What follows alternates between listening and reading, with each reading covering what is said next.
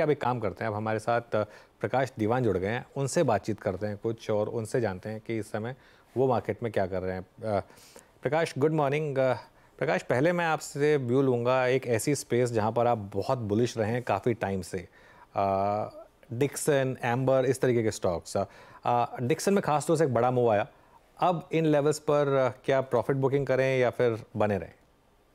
Good morning अनुज। Yes, देखिए ये जो कंपनीज हैं जो कांस्टेंट बेसिस पे अच्छा परफॉर्म कर रही है, मार्केट उनको अच्छा खासा रिवॉर्ड करने की चेष्टा कर रहा है और उस वजह से एक मोमेंटम बना हुआ है जो लिक्विडिटी स्टॉक्स को चेज करिए। लेकिन कहीं ना कहीं आप ये देखिए, इन कंपनीज की जो अर्निंग्स की ग्रोथ हम आगे चल के एक्सपेक्ट कर रहे हैं, विजिबिलिटी जरूर है, मैं ये नहीं कह रहा कि विजिबिलिटी नहीं है, बट इनको इतना पी मल्टीपल जब आप देते हैं तो होता ही है कि स्ट्रक्चरली अगर मार्केट में कोई शेकआउट होता है, कहीं करेक्शन आता है और जो लिक्विडिटी थम जाती है, तो इन सब स्टॉक्स में से गिरावट जो है वो आपको थोड़ी सी शार्प रह सकती है।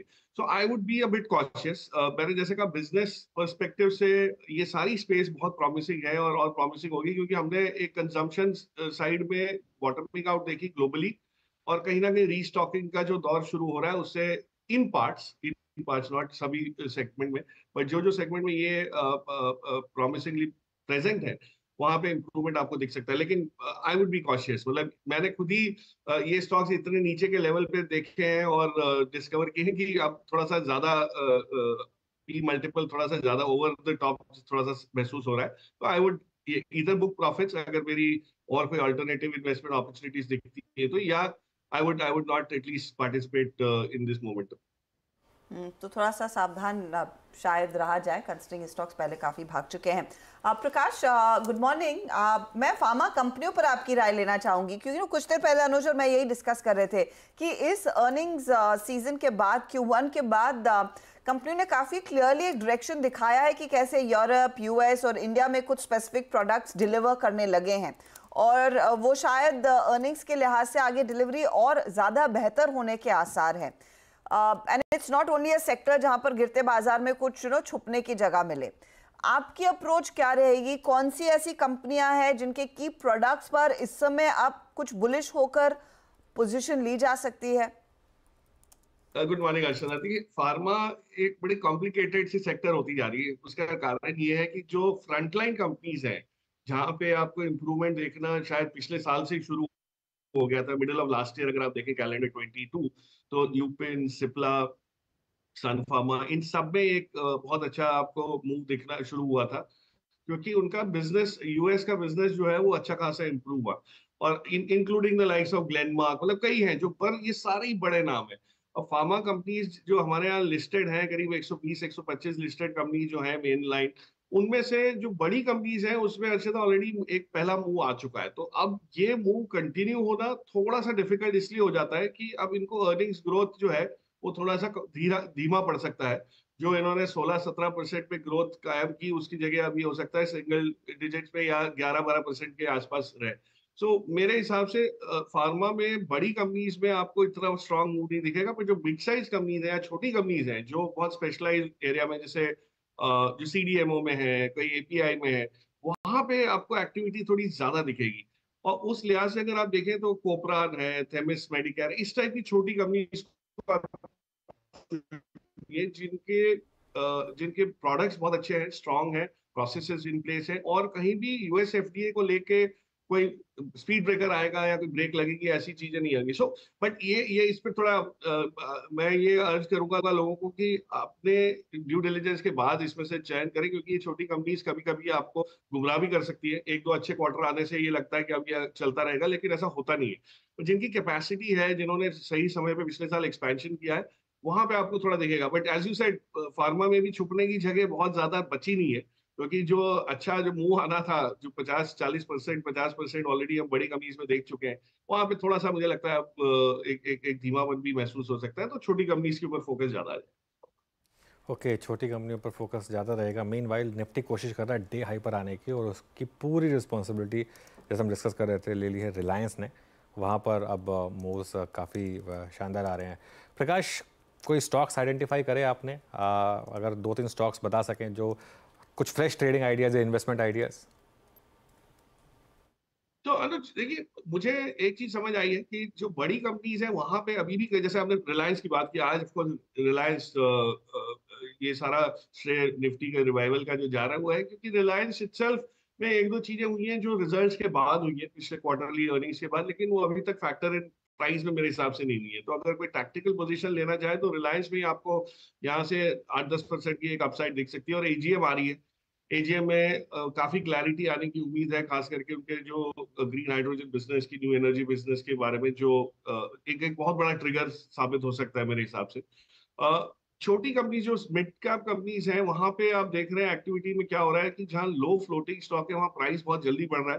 तो एक फीलिंग ये आती है कि परफॉर्मेंस ड्रिवन है, जबकि अभी भी पी एक्सपेंशन का ही दौर चल रहा है। मुझे बहुत बहुत कम गिनी चुनी कंपनीज है जहां पे इस टाइप का मूव दिख रहा है। लेकिन आप ये देखिए, कुछ कंपनी जो हमने पहले डिस्कस की लेकिन जो बहुत ज्यादा प्रॉमिसिंग नहीं लग रही थी, वहां पे भी इतने अच्छे अच्छे मूव्स आ चुके हैं। तो हम लोग तो एक्चुअली कैश पे बैठे हैं और चेष्टा यही है कि जहां जहां से निकलने की जगह बनती है वो निकले। जो लार्ज कैप कंपनीज का मैंने जिक्र किया उसमें मुझे अभी भी आईटीसी में मुझे नहीं लगता कि कोई इस टाइप का मूव आया है जो जस्टिफाई करे जो सेलियंस है उसको, और वो होटल बिजनेस के डीमर्जर जैसे जैसे नजदीक आएगा उसमें आपको लेगा। तो ITC can give you a little bit of upside यहाँ से। और एलएनटी देखिए, बाकी सब छोड़ दीजिए, छोटी कंपनी में क्या हो रहा है, मार्केट में क्या हो रहा है, लेकिन अगर आपको एलएनटी जैसी कंपनी वहीं मिल रही है जहां पे पिछले 2 क्वार्टर पहले जो रिजल्ट्स में दिखाया था, तो आपको 3600 के लेवल पे अगर एलएनटी दिख रहा है तो I don't see any reason why जो बोलते हैं ना प्लेस टू हाइड में इस टाइप की कंपनीज ना हो। तो हम लोग थोड़ा सा झुकाव बड़ी कंपनीज की तरफ रख रहे हैं, not for any other reason के एफआईज के भी जब पैसे वापस आते हैं, आपको पता ही है, आप इसको इतना ट्रैक करते हैं क्लोजली कि ये बड़ी कंपनीज में पहले एलोकेशन ज्यादा आएंगी। तो मार्केट अभी भी आउट ऑफ द वुड्स नहीं है, आउट ऑफ डेंजर जोन नहीं है। मुझे अभी भी लगता है मार्केट की वल्नरेबिलिटी को समझना जरूरी है, और वो उसमें मिड कैप स्मॉल कैप में पुल बैक जरूर आया है कि भाई बाय ऑन डिप्स हो रहा है, लेकिन बहुत ज्यादा सस्टेनेबल नहीं लगता।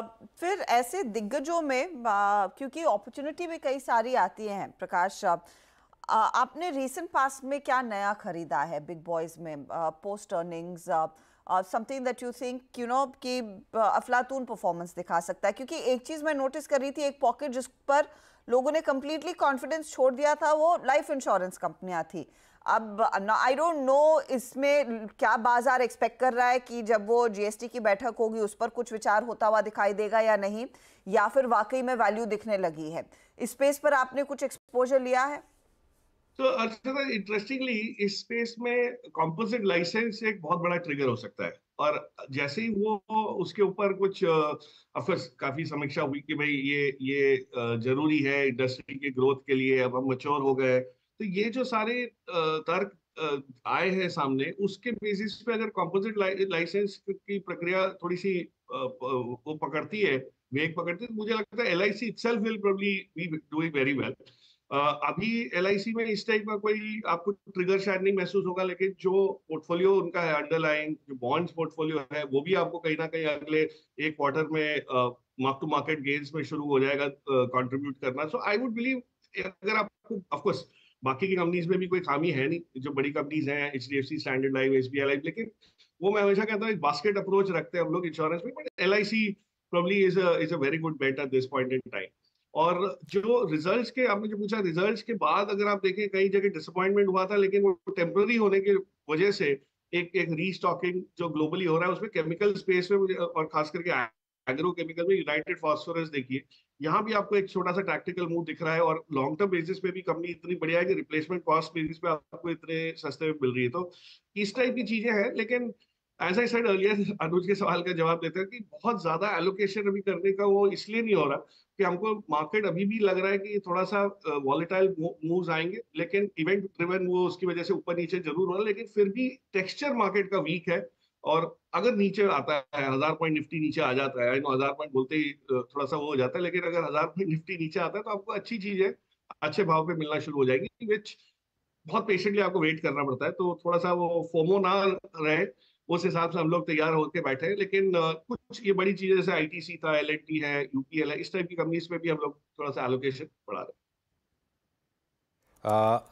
केमिकल स्टॉक्स प्रकाश, यहाँ पर बहुत लोग शायद फंस चुके हैं आप, क्योंकि साइंस आते हैं रिकवरी के, लेकिन फिर कुछ ना कुछ आरती जैसा एक्सीडेंट हो जाता है। यहाँ पर क्या व्यू है आपका? इंटरेस्टिंग क्वेश्चन अनुज। यस, इसमें 2 क्वार्टर पहले हम लोग ऑलमोस्ट ये सेलिब्रेट करने लगे थे कि वापस वॉल्यूम पिकअप हुआ है। एक्चुअली प्राइस पिकअप हुआ है, मार्जिन ठीक ठाक है, पर वॉल्यूम पिकअप नहीं हुआ है। उसका रीजन ये है कि अभी भी ग्लोबल इक्विलिब्रियम जो है वो पॉजिटिव नहीं हुआ है डिमांड की तरफ का। बट इफ यू सी जो बड़ी कंपनीज हैं उनमें उनमें क्या होता है कि स्पॉटलाइट ज्यादा होने की वजह से ऑलरेडी सब कुछ बहुत क्लोजली ट्रैक होता है, तो फटाफट आपको उसमें मुंह ऊपर के नीचे के दोनों आते हैं। बट एक छोटी कंपनी है, उसका नाम मैं ले रहा हूँ, जो थोड़ी सी आपको स्टडी करेंगे तो समझ आएगी कि केमिकल वैल्यू चेन में बहुत अच्छा कंट्रीब्यूशन है। रोजारी बायोटेक करके कंपनी है, बहुत ही स्टेडी सा बिजनेस रहा है। ऑफकोर्स ई मल्टीपल के बेसिस पे अपने हिस्टोरिकल एवरेज से वो भी थोड़ा ज्यादा है।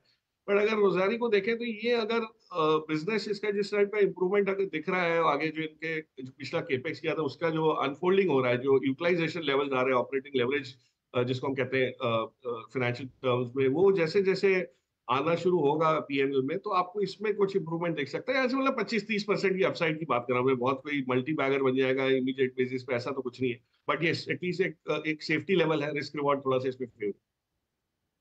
रोजारियो बायोटेक 2% वैसे ऊपर है आपके बोलने के साथ ही। प्रकाश प्रकाश जिस तरह का रिएक्शन ओला इलेक्ट्रिक को मिला है पोस्ट लिस्टिंग, कोई फ्रेश व्यूज? क्योंकि ना कल हम यही बात कर रहे थे कि हीरो मोटो कॉर्प जो एक लेगेसी प्लेयर है वो भी अपना आगे चलकर होपफुली बाकी सभी लेगेसी प्लेयर्स अपनी ईवी में मार्केट शेयर बढ़ाने के लिए पैसा खर्च करेंगे और उसकी तरफ कदम बढ़ने लगे हैं। कुछ थोड़ा सा चेंज वो फाडा के डेटा में दिखाई दिया है, लेकिन उसके सामने ओला कंसिडरिंग एक लिस्टेड प्लेयर है, दूसरी तरफ अब वो मोटर बाइक सेगमेंट में भी आ गया है जिसमें थोड़ा सा और एक्स्ट्रा एज शायद इनके फेवर में जा सकता है। निवेशकों को सोचना चाहिए इसके बारे में इन लेवल्स पर, या दूर है? अर्षिता, ओला के आईपीओ के बाद एक बहुत ही स्ट्रांग फोमो की फीलिंग है। मैं जिनसे भी बात करता हूँ हमेशा वो यही कहते हैं कि हमने सोचा नहीं था कि इतनी जल्दी इतना अपसाइड इसमें दिख जाएगा। और उसके कई कारण हो सकते हैं। टेक्निकल कारण है कि फ्लोट थोड़ा कम है, अभी भी इंस्टीट्यूशनल पैसा जो आया है वो लॉक इन के अंदर है। दूसरा, एलोकेशन करना ही पड़ता है आपको एज एन इंस्टीट्यूशन कई बार, क्योंकि स्पेस में लीडर है या एक ही रिप्रेजेंटेशन है प्योर ईवी प्ले में, तो उस लिहाज से कुछ चीजें हैं। अगर किसी के पास है तो मैं तो, अगर मेरे पास होता, ऑफ कोर्स अलॉटमेंट मेरे पास नहीं है क्योंकि मैंने आईपीओ में सब्सक्राइब ही नहीं किया, बट अगर हो तो मैं तो इस लेवल पे प्रॉफिट बुक करूं। क्योंकि इन सब कंपनीज में होता ही है कि प्रॉफिट आने का जो टाइम लगता है उसके दरमियान बहुत चीजें उतार चढ़ाव बहुत आपको दिखता है, तो आपको कोई कंफर्ट नहीं आएगा। और ये चीज हमने कई बिजनेसेस में देखा है, चाहे नाइका हो, जोमेटो हो, डिलीवरी हो, पीबी फिनटेक हो, मतलब मैं बहुत लंबी कतार है इस टाइप के बिहेवियर की। I would not compare it with some of these companies, क्योंकि इसमें बिजनेस अलग है, लेकिन अभी भी प्रॉफिटेबल नहीं है। मतलब आप हर एक स्कूटर बेच रहे हो और नुकसान कर रहे हो।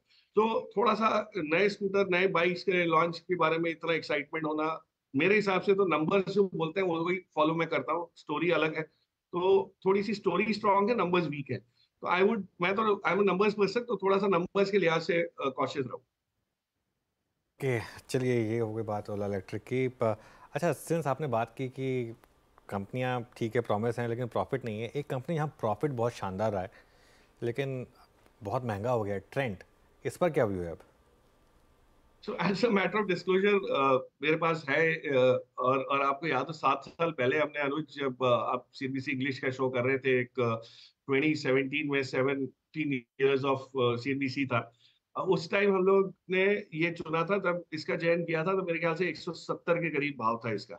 और उसका तब यही चीज पे किया था कि ये एक रिटेल पार्टिसिपेशन लेवल बढ़ेगा, और उसके बाद आपने देखा ही है ना, सिर्फ वेस्ट साइड और स्टार बाजार, बट जूडियो ने जो कमाल ढाया है वो नंबर्स में दिख रहा है। लेकिन ये मल्टीपल्स आप कैसे जस्टिफाई करते हो, ये थोड़ा सा डिफिकल्ट हो जाता है, क्योंकि growth at any cost, growth at any price, ये थोड़ा सा मुश्किल हो जाता है। तो मेरे हिसाब से तो आई would B extremely cautious. Of course अगर आपने नीचे के लेवल पे बटोरा है, इसमें पोर्टफोलियो में ऐड किया, तो एक अलग जोन में आप बैठे हो। बट अगर किसी को नया लेना है तो आज 180 190 के पी मल्टीपल्स पे थोड़ा सा जस्टिफिकेशन मुश्किल है। तो आई वुड बिलीव ये अगेन टेक्निकल कारण है, निफ्टी में आने की उम्मीद है, लो फ्लोट है, मोमेंटम है, तो वो सब चीजें हैं। बट थोड़ा सा इसमें संभल के रहना पड़े। इनफैक्ट फ्रेश एंट्री की तो मैं बिल्कुल रिकमेंडेशन नहीं दूंगा, but you have to be extremely cautious. जी हाँ, थोड़ा सा संभल कर चले, लेकिन एक स्टोरी जिससे दिल भरा हुआ है, you know, it's true love in the market actually. Trend जिस तरह परफॉर्म कर रहा है। प्रकाश, हम कुछ देर पहले वो मजगांव डॉक की बात कर रहे थे, कंसिडरिंग द फैक्ट कि इन स्टॉक्स में इतनी तगड़ी तेजी देखने को मिली है। हालांकि एक ब्रोकरेज है जो कहता है कि आगे टूटेगा और 70% के नीचे के टारगेट्स आ रहे हैं। नाउ आई अंडरस्टैंड कि एक मिस्ड आउट फीलिंग होती है, लेकिन प्योर अर्निंग्स के लिहाज से जिस तरह के स्टॉक लेवल्स इन कंपनियों ने अब अचीव कर लिए हैं, क्या अर्निंग्स में वो डिलीवरी की क्षमता इस समय दिखाई दे रही है या नहीं? लाइक हाल के केस में हमें एक प्रॉब्लम दिख रही है कि जीई के साथ जो टाई अप था तेजस के लिए, जो इंजन्स आने थे, उसमें एक सब्सटैंशियल डिले हुआ है और वो थोड़ी सी खटास पैदा करने लगा है अब। नहीं, ये तो देखिए, एग्जीक्यूशन का जब दौर आता है तो डेफिनेटली मतलब मार्क्स कटने शुरू हो जाते हैं अगर कहीं भी गलती हो तो। और मैं ये नहीं कह रहा ये कंपनीज एक ऐसी स्पेस में जहाँ पे कोई प्रॉब्लम है, बट इन कंपनीज को भी आप ये समझिए कि ग्रो होने के लिए, आज जैसे हमारे 3 शिप बिल्डिंग डिफेंस वाली कंपनीज हैं, तीनों को अगर मिलाएं तो ये इनका जो मार्केट कैप क्यूमुलेटिवली हो गया है, और उसके सामने इनकी जो ऑर्डर बुक है अगर आप उसको देखें तो ये मार्केट कैप जस्टिफाई कैसे आप करेंगे कि इनको इतना ग्रोथ, हाई ग्रोथ रखना पड़ेगा अगले 6-7 साल। और मजगांव डॉक की मैनेजमेंट ने तो खुद ही हमारे सिस्टर चैनल, अंग्रेजी चैनल पे ये अर्ज किया कि मार्जिन में थोड़ा सा सॉफ्टनिंग भी रहेगा। तो अगर मार्जिन कम है और आपका एग्जीक्यूशन समय लगाने वाला है तो आप बैठे हैं इस लेवल पे। और ये जो ब्रोकरेज रिपोर्ट आई जिसमें भाव उन्होंने कहा कि भाव टूटेगा, लोग उस पर टूट गए कि भाई ये कैसे बोल सकते हैं। अब वो उनका व्यू है, अगर आपको लगता है कि ये व्यू गलत है तो आप तो जाके ले ही सकते हैं, लेकिन इस भाव पे आगे चल के कितना ग्रोथ आपको कायम होगा, हाँ ये रेंज बाउंड रहेंगे। एक टाइम करेक्शन इसमें जरूरी है ताकि एग्जीक्यूशन कैचअप हो जाए। अर्निंग्स ग्रोथ जो आपने बहुत सही कहा कि अर्निंग्स दिखाएगा कि नहीं ये चीज, और कहीं ना कहीं अगर एग्जीक्यूशन में खटाई पड़ी जैसे एचएल में हुआ है या कोई इशू की वजह से स्लो डाउन होता है या ऑर्डर बुकिंग जो है वो थोड़ी सी स्लो होती है, बहुत चीजें आ सकती है। तो आई वुड बिलीव आप प्राइस टू परफेक्ट उस पे हो, इसलिए थोड़ा सा सेफ्टी वो करनी। बिल्कुल प्रकाश, बहुत बहुत शुक्रिया आज हमारे साथ जुड़ने के लिए, हमसे बात करने के लिए। ये हो गई मार्केट पर फंडामेंटल चर्चा। जेएम